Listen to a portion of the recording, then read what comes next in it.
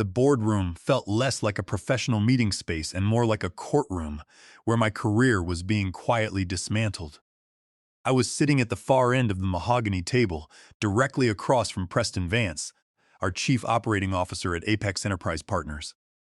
The distant hum of Chicago traffic rose from below, matching the cold atmosphere in the room. I took a deep breath, attempting to steady my hands as I closed my laptop. For over 7 months, I had poured every spare hour of my evenings and weekends into developing a digital logistics platform designed specifically for agricultural cooperatives. It was a market I knew intimately from childhood. Preston had given me written permission to work on it, provided it did not interfere with my primary duties. Now, I was pitching it to the partners, hoping they would see the massive potential. I waited in the silence, my heart hammering. On the wall-mounted screen, Elliot Sinclair, the founder of Sinclair Capital and our firm's most significant client, watched the presentation from New York. He remained silent, his expression unreadable. Preston let out a short, mocking laugh that shattered the quiet. He shook his head at the other partners. "That is cute, Julian, your little startup idea," he said, his lips curling into a condescending smirk. "Save it for a local book club. We do real business here at Apex." The room immediately erupted into quiet laughter. My face burned with embarrassment. I had spent months researching agricultural supply chains and building data models.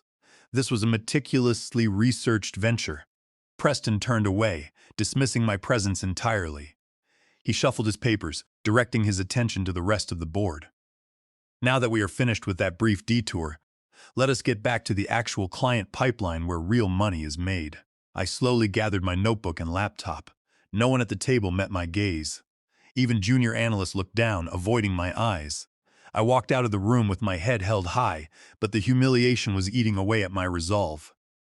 I was 48 years old, and I had dedicated 11 years of my life to this firm, delivering consistent profit margins and managing complex accounts. Yet, to Preston Vance, I was just a mid-level employee whose passion project was a joke. That evening, I started drafting my resignation letter. This was not the first time Preston dismissed my ideas. 6 months earlier, I had presented the initial concept during our quarterly innovation workshop. Preston barely looked up from his phone, claiming agricultural technology was too niche. He promised to review my research, but never followed up. At our corporate retreat, I cornered him during a coffee break. He nodded politely, but assigned me to audit an insurance portfolio the next Monday. My third formal proposal was skimmed in a 5-minute slot while he checked emails, describing my platform as basic. Basis was the word that stung the most. I had identified a $2 billion market gap. Small-town agricultural cooperatives were losing millions of dollars annually due to archaic logistics management. They did not need the overly complex enterprise systems that Preston loved to sell. They needed simple, affordable, mobile-friendly technology. Preston saw small-town farms. I saw untapped potential. The Monday after the boardroom disaster, Preston called me into his office. He sat behind his desk, the Chicago skyline framed perfectly behind him. "Julian, we need to discuss your priorities," he began, skipping any pleasantries. "Your presentation last week made it clear that you are spreading yourself too thin. Your focus is divided." I placed my hands on my knees. "I worked on the platform during my own time, Preston. It has not affected my billable hours." He waved his hand dismissively. "Perception is reality in this business. I am reassigning you to the Caldwell account. They need a senior eyes for a compliance audit." My stomach tightened. The Caldwell account was a graveyard of spreadsheets and dry regulatory checklists. Any junior associate could handle it. "What about the Harrington Industries project?" I asked, my voice tight. "I have been leading their digital transformation strategy for 3 months. They specifically requested my oversight." Preston offered a patronizing smile. "Audrey will be taking over the Harrington account. She is ready for more responsibility." Audrey Vance was Preston's 26-year-old niece. She had joined the firm 8 months ago. She was eager, but she lacked the technical expertise to handle a client that represented 40% of our annual revenue. I left his office knowing exactly what this was. It was punishment. Preston wanted me compliant, or he wanted me gone. The official announcement of Audrey's promotion to senior strategist came that afternoon. During the weekly staff meeting, Preston praised her fresh perspective and modern approach. I sat in the back row, receiving sympathetic looks from a few colleagues while others avoided my eyes. After the meeting, Rachel, a senior recruiter in human resources and a trusted colleague, cornered me by the elevators. She kept her voice low. "Julian, everyone knows you built that entire Harrington framework from scratch. This is ridiculous," I sighed, leaning against the wall. "Audrey is family. It is how things work here." Rachel shook her head. "It is worse than that. I heard Preston talking in the partners' lounge. He is trying to push you out. He thinks you are a threat to his authority. And Julian, Elliot Sinclair was asking about your presentation after you left. He wanted to know if you had registered the intellectual property." I thanked Rachel, my mind spinning. If the firm's largest client was asking questions, maybe my little startup idea was not as foolish as Preston claimed. That night, I stared at the resignation letter on my screen. I was done. I would not let them push me out on their terms. I would leave on mine. My resignation letter was brief and professional. I thanked Preston for the opportunities I had received and wished the company continued success. There was no mention of the Harrington project, no complaints about Audrey's promotion, and no references to my agricultural platform. I printed the letter during my lunch break, walked down the carpeted hallway, and slid it directly under Preston's locked office door while he was away in a partner meeting. My hands shook slightly as the paper vanished under the wood, but my decision felt incredibly solid. I was reclaiming my independence. An hour later, Preston appeared at my cubicle. His typical smug expression was replaced by an unreadable look. "Can we talk privately in my office, Julian?" he asked. His voice unusually quiet. Inside his office, he closed the heavy door and sat across from me at his round consultation table. "This is highly unexpected, Julian," he began, leaning back. "Is this sudden decision about the Harrington reassignment?" I met his gaze calmly. "It is about professional alignment, Preston. We want different things, and my time here has reached its natural conclusion." He studied me for a long moment.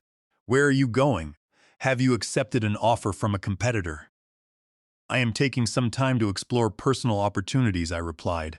It was not a complete lie, but Preston did not need to know about my empty bank accounts or my unfinished code. "If this is about compensation, we can discuss a salary adjustment," he offered. "It is not about money," I said. He nodded slowly. "Well, I am sorry to lose you. I assume you will provide a standard 2 weeks' notice?" I shook my head. "I can offer 1 week.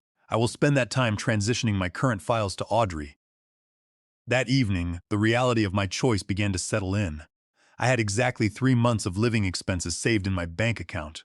To stretch my runway, I sold my vehicle to my next-door neighbor for $6,000, deciding that public transit would suffice. I broke my apartment lease, paying a penalty fee, and found a tiny studio apartment in a cheaper, working-class neighborhood. The new apartment was small, but it was bright. I set up my wooden desk next to the window, which overlooked a vibrant community garden.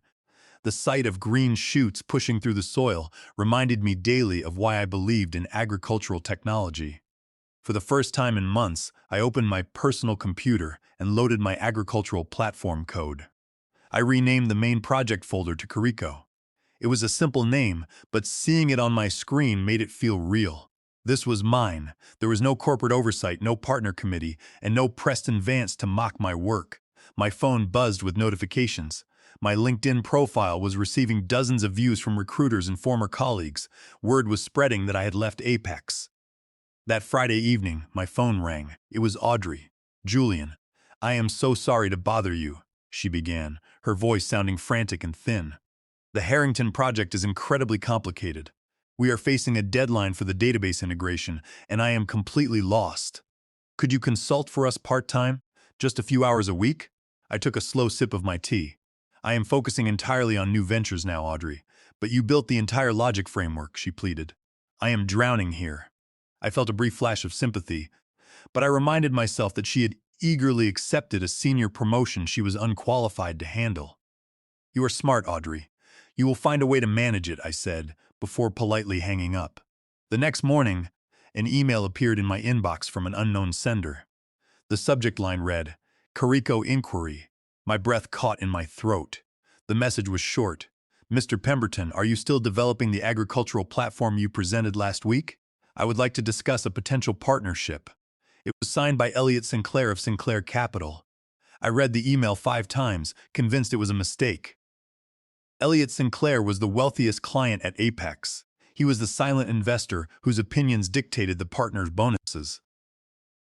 I drafted several long responses before deleting them all, opting for simple professionalism. I confirmed that I was actively developing the platform and would be pleased to meet. His reply came within minutes, suggesting coffee at Lou's Cafe the following morning at 10. Lou's Cafe was a Chicago staple, smelling of fresh coffee, maple syrup, and possibility. I found Elliot sitting in a corner booth, dressed in a casual sweater instead of his usual boardroom suit. He stood up to shake my hand. "Julian, thank you for coming," he said, gesturing for me to sit. I ordered a black coffee and waited. "I am curious how you found my contact information," I admitted. Elliot smiled. "Preston thinks he is the only person who understands market gaps. He is mistaken. Your presentation last week was the only intelligent strategy I have heard in that boardroom in years." Preston seemed to think it was a joke, I noted. Elliot dismissed my comment with a wave. "Preston is selling yesterday's software to yesterday's businesses. He does not see where the agricultural market is moving." Elliot leaned forward, his eyes sharp and focused. "You identified a $2 billion inefficiency in cooperative supply chains. I want to fund your platform." My heart skipped a beat. "You want to invest in Curico?" I asked. Elliot nodded. "I am prepared to provide seed funding and legal support, but I have 3 conditions. First, you maintain absolute creative control. This is your vision. Second, we keep my involvement quiet. Preston cannot know I am backing you until we are ready to launch. I want to see what you build before I pull my capital from Apex." "And the third condition?" I asked. Elliot smiled. "A 60-40 profit split.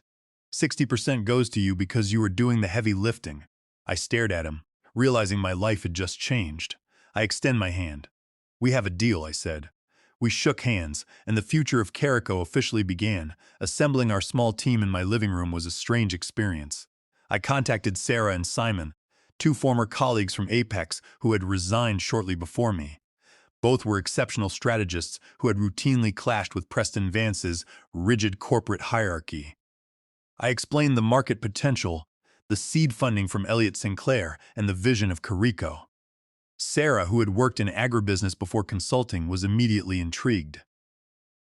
"You are telling me that Elliot Sinclair is funding this?" she asked, laughing.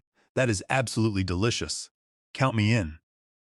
Simon, who had been building a stable freelance practice, took a little more convincing, but the opportunity to build something from the ground up eventually won him over. Our third hire was Colin, a 24-year-old former intern at Apex. He was a brilliant developer and interface designer who had been quietly dismissed after he had pointed out major security flaws in Preston's preferred vendor software.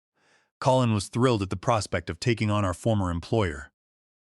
"We are going to build agricultural technology in a living room and compete with Apex?" he asked. During our initial video call, a mischievous grin on his face. "I am definitely in." Our first real client was Oak Grove Cooperative, a grain marketing network that operated across 3 counties in Illinois. Their chief financial officer, Janet, responded to my cold email within a few hours. "We have been looking for an affordable, localized logistics solution for over 2 years," she told me over the phone. "Everything the big consulting firms pitch us is either too complex for our drivers or costs half our annual operating budget." That was the exact gap I had designed Curico to fill. The following week, I drove out to their main facility in Illinois. It was a modest site, dominated by concrete silos and gravel yards where trucks rumbled constantly.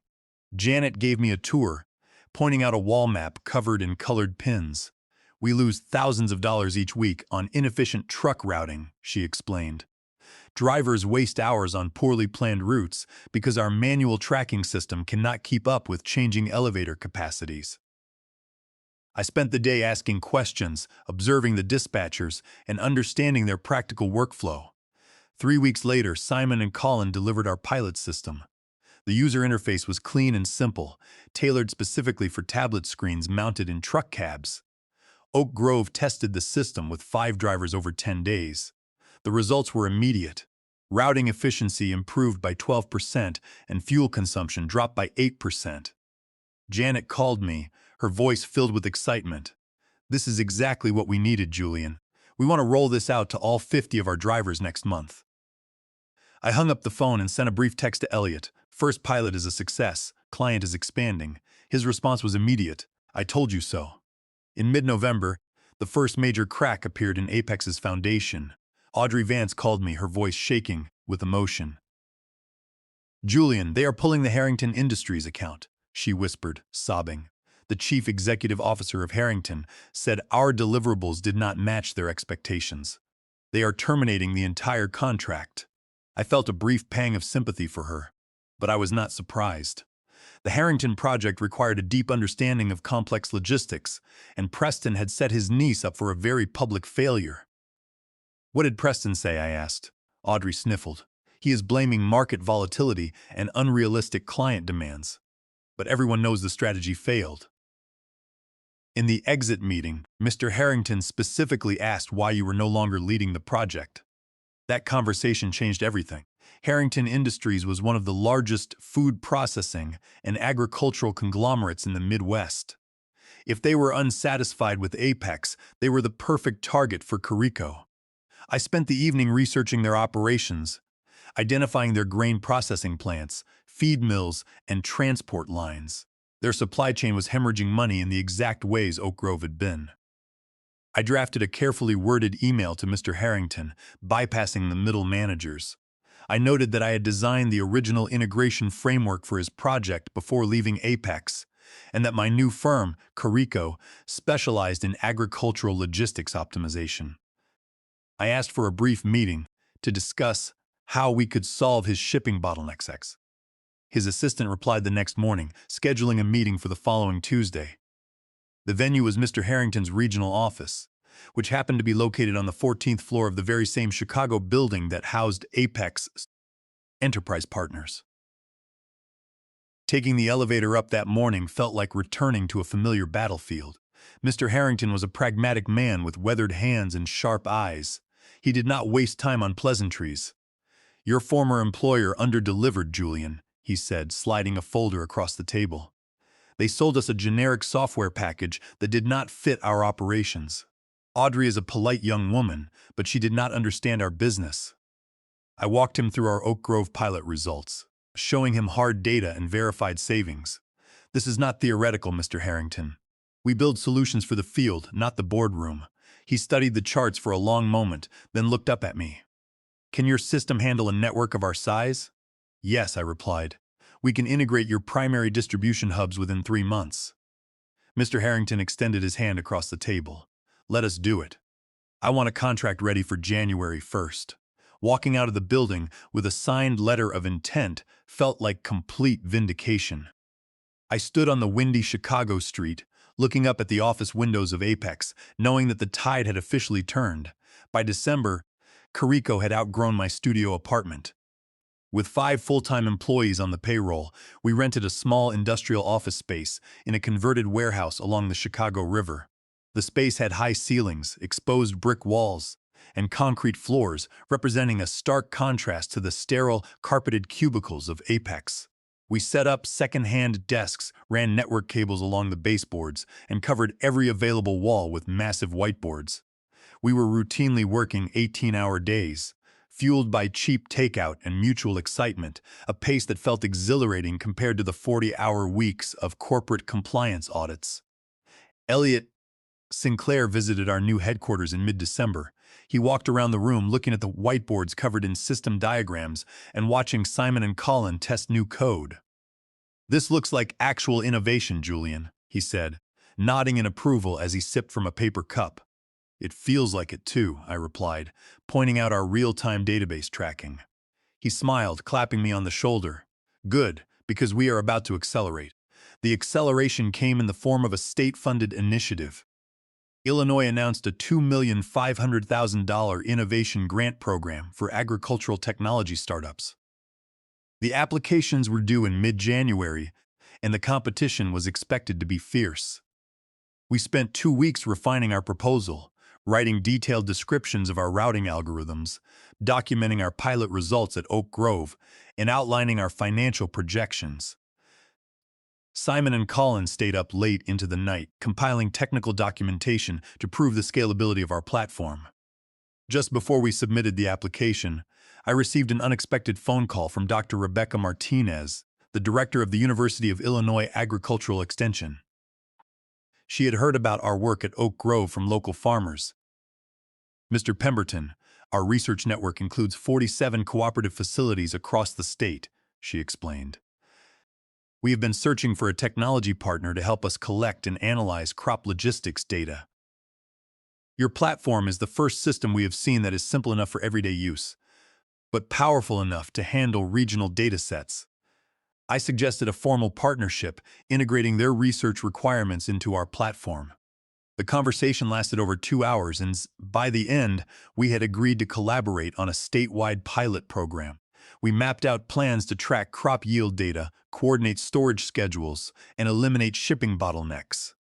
Adding academic endorsement and a 47-facility network to our grant application turned it from a promising proposal into an undeniable contender. In January, the corporate rot at Apex became public. The firm announced a 20% workforce reduction, citing sudden client departures and market shifts. Among those laid off was Audrey Vance. She called me the morning after her termination, her voice small and defeated. "Julian, I know this is awkward," she began. "I need advice. The job market is terrible, and my resume only shows 8 months of senior experience at a firm that is currently downsizing." I sighed, leaning back in my chair. I knew Audrey was not incompetent. She had simply been used as a pawn by her Uncle Preston to push me out and secure his grip on the Harrington account. She had been set up to fail. "Would you be interested in working at Curico?" I asked. Audrey was silent for a long moment. "You are offering me a job after everything that happened?" she whispered. "I am offering you an entry-level analyst position," I clarified. "There will be no shortcuts, no special treatment, and no family connections to protect you. You will learn the agricultural industry from the ground up, and you will work hard." Her voice trembled. "I will take it, Julian. Thank you." 2 days later, Audrey joined our team. She worked twice as hard as anyone else, determined to rebuild her reputation on her own merits. In February, our competitive presence became impossible for Preston to ignore. A logistics manager at Valley Crest Distributors, a massive grain marketing cooperative that had worked with Apex for 3 years, contacted me directly. "Frankly, Julian, we are paying premium consulting fees to Apex for subpar technology," she told me during our meeting. "They sold us a generic software package that requires constant, expensive customization. Our drivers are constantly dealing with scheduling conflicts, and our dispatchers are drowning in manual spreadsheets. We want to know if Curico can help us." Our proposal was simple. We could implement our customized agricultural platform within 6 weeks, whereas Apex had quoted them 18 months for their next system upgrade. Valley Crest signed the contract the following week. This was our first direct acquisition of an Apex client, and it sent shockwaves through their office. According to texts from Rachel, Preston was descending into paranoia. He held closed-door partner meetings, claiming that someone was actively stealing his agricultural client portfolio. He even hired a private investigator to research competing firms and track my professional activities. I forwarded Rachel's warning text to Elliot. "Let him investigate," Elliot replied. "Everything we are doing is completely legal, ethical, and built on superior service." Preston's private investigator found absolutely nothing, but the client defections continued. 2 more agricultural cooperatives terminated their contracts with Apex to sign with Curico. By the end of February, we had established ourselves as the dominant agricultural technology provider in the region. Preston had mocked my little startup idea, but now that very idea was systematically dismantling his client base. I remained focused on our growth, knowing that the ultimate confrontation was yet to come. The phone call came on a rainy Tuesday evening. The caller identification showed an unknown number, but the voice that spoke was instantly recognizable. "Julian, this is Preston Vance. I think we need to talk," he said, attempting to project the same calm authority he had used to dismiss my work in the boardroom. "What can I do for you, Preston?" I asked. leaning back in my office chair. "I am calling about the Valley Crest situation," he began, his voice tight. "There seems to be some confusion about intellectual property and non-compete agreements. I had been expecting this." "What confusion?" I asked. "The technology you were selling was developed while you were employed at Apex. Proprietary methodologies and algorithms created during your tenure belong to the firm. We will protect our assets." I smiled, looking out at the city lights. "That is a bluff, Preston. Every line of code for Curico was written after my resignation, using my own hardware and personal resources. I have meticulous logs and Git repositories to prove it." Preston paused, his tone shifting from threatening to patronizing. "Julian, let us be practical. You are a talented analyst, but you are in over your head. Running a startup is a different beast. Come back to Apex. We can work out an arrangement that benefits everyone." The offer was laughable. 6 months ago, I would have given anything for his respect. Now, it was clear he was desperate. "I am very satisfied with my current situation, Preston," I said, and hung up the phone. The threat was not empty, however. 2 days later, Apex filed a lawsuit seeking an injunction to halt our operations. Their filing included a signed proprietary information and inventions agreement, which they claimed I had signed during my final month at the firm. The document explicitly assigned all my agricultural concepts to Apex. When my lawyer reviewed the document, she shrugged. "This signature is identical to your performance review from 3 years ago. Down to the pixel," she explained. We hired a forensic document analyst who examined the digital metadata. The report was damning. The document had been created and backdated long after my departure, and my signature had been digitally copied from our internal HR database. We filed a counter motion to dismiss, declaring the agreement void ab initio due to criminal forgery under California Penal Code Section 470. Furthermore, my legal counsel notified the Apex board that Preston had used firm capital and resources to fabricate evidence and pursue a personal vendetta. This was a clear breach of fiduciary duty to the company and its shareholders, exposing Apex to massive legal liability. While the partners scrambled to handle the legal fallout, the state grant results were announced. Curico was awarded $400,000. The press release validated our technology, and the Chicago Business Journal ran a feature detailing how our agile startup was disrupting traditional consulting. The next morning, Elliot Sinclair walked into our office, carrying a folder. "Congratulations on the grant, Julian," he said, sliding a sheet of paper across my desk. "I think it is time for our Series A funding round." He offered a term sheet for $2 million in growth funding. With the grant money and Elliot's backing, we were prepared to expand across the Midwest. The final confrontation occurred at the offices of the Midwestern Agricultural Alliance, a consortium representing agricultural cooperatives across 5 states. We were bidding for their exclusive logistics optimization contract. I arrived early at the glass-walled conference room. At 2 in the afternoon, the Alliance representatives filed in, taking their seats around the table. At 2:05, Preston Vance walked into the room, carrying his laptop. He looked pale and exhausted, but he forced a confident smile as he sat down. Before the meeting could formally begin, the door opened and Elliot Sinclair walked in. "We will only be hearing one presentation today," Elliot announced, looking directly at Preston, "and it will not be from Apex." Preston stood up, his hands trembling. "Elliot, what is the meaning of this?" Elliot's voice was cold. "I am terminating all Sinclair Capital Consulting contracts with Apex, effective immediately.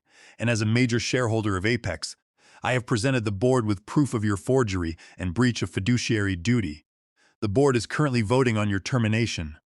Preston stared at him, his face losing all color.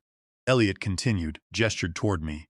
"6 months ago, you stood in your boardroom and mocked Julian's platform. You called it a little startup idea.